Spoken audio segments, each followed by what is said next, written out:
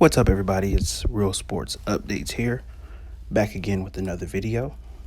Today, I wanted to talk about Aaron Rodgers and the Green Bay Packers. Yesterday, Aaron Rodgers reported to training camp where he had his initial press conference. And this press conference was very different in nature. I mean, everybody's used to Aaron being a little bit more reserved, a little more standoffish with the media, but yesterday, he dropped a lot on everybody, and let's get into it. So, Aaron Rodgers basically described his treatment that he received from the Packers in the offseason. He basically let some things be known, things that were heavily speculated on, but he pretty much confirmed it. The rift between him and the Packers organization. He noted a few things that were kind of, I guess you can say, not very professional on the Packers' part, especially when it comes to dealing with a star quarterback coming off of an MVP season. So a couple things he got into was the treatment of the former players that played with the organization. He really had a problem, and he named a few guys. I believe Charles Woodson, Clay Matthews, Randall Cobb, and a few others. He named a few of those guys and said that they weren't treated fair by the organization. They either weren't offered contracts at all, or they received lowball offers to resign. And he basically said that, because of their stature and their status in the NFL, they didn't deserve that, which I agree with.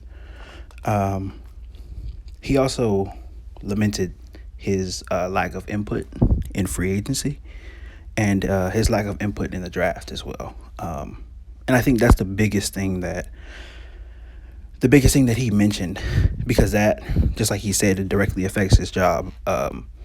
And the Packers have not drafted any skill position players in the first round of the draft since they drafted him, and that was back in 2005. So, he does have a valid point there. The Packers have done a horrible job of not just drafting but consulting with their quarterback.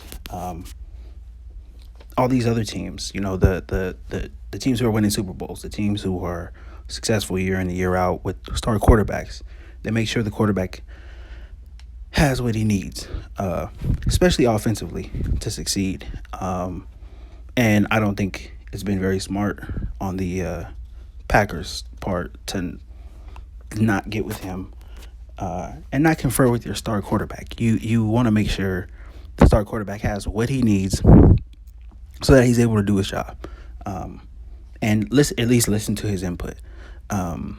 It's not that you have to do everything he says, but at least come to him, listen to him. He's now 3-time MVP. He's a Super Bowl champ. So, I don't know why they wouldn't listen to him, but obviously it's been a problem, and he went ahead and let that be known yesterday. So pretty much this is going to be his last year in Green Bay, I believe. Him and the organization were able to come to an agreement for this season. He has, I believe, 2 years left on his contract after this season, but they came to an agreement on this season, and he will more than likely be playing for somebody else next year. We don't know who that team is, but I mean, the likelihood is very great that he'll be playing for somebody else. And the Packers organization, they have nobody to blame but themselves. Coming into this season now, he's now the longest tenured Packers quarterback. I think he was tied with Brett Favre and Bart Starr, but this is going to be his 17th season, so he's the longest tenured Packer quarterback, and just came off MVP season. Had a fantastic season last year. Obviously, the season didn't end the way that they wanted it to in the NFC Championship game, but he had a fantastic season, and he doesn't look like he's lost very much. So he still looks to be one of the top quarterbacks in the league. If you're the Packers, you have nobody to blame but yourself, and hopefully, the guy they drafted last year, Jordan Love, hopefully he's ready.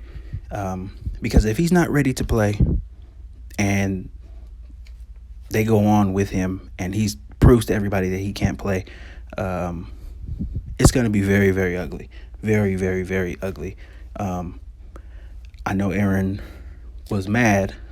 I don't want to say mad, but I guess he was a little bit perturbed that they didn't get him offensive help in that draft. That the 2020 draft, when they drafted Jordan Love, they could have used some more offensive help. They could have used another receiver, another tight end, just somebody else to get open, take pressure off of Devontae Adams. But I hope he's ready to play. I hope Jordan Love is ready to play. There's been a lot of speculation, a lot of reports on whether he could play or not. There's been, a little bit of question as to whether he can handle the offense and run the offense as efficiently as Aaron Rodgers can. But we haven't had any definitive answers yet. We haven't actually seen him play in the game. So, we'll get through this season, and the reins will be handed to Jordan Love next year. So we'll see if he can play. And, so don't forget to like this video and subscribe to the channel. And see you guys next time.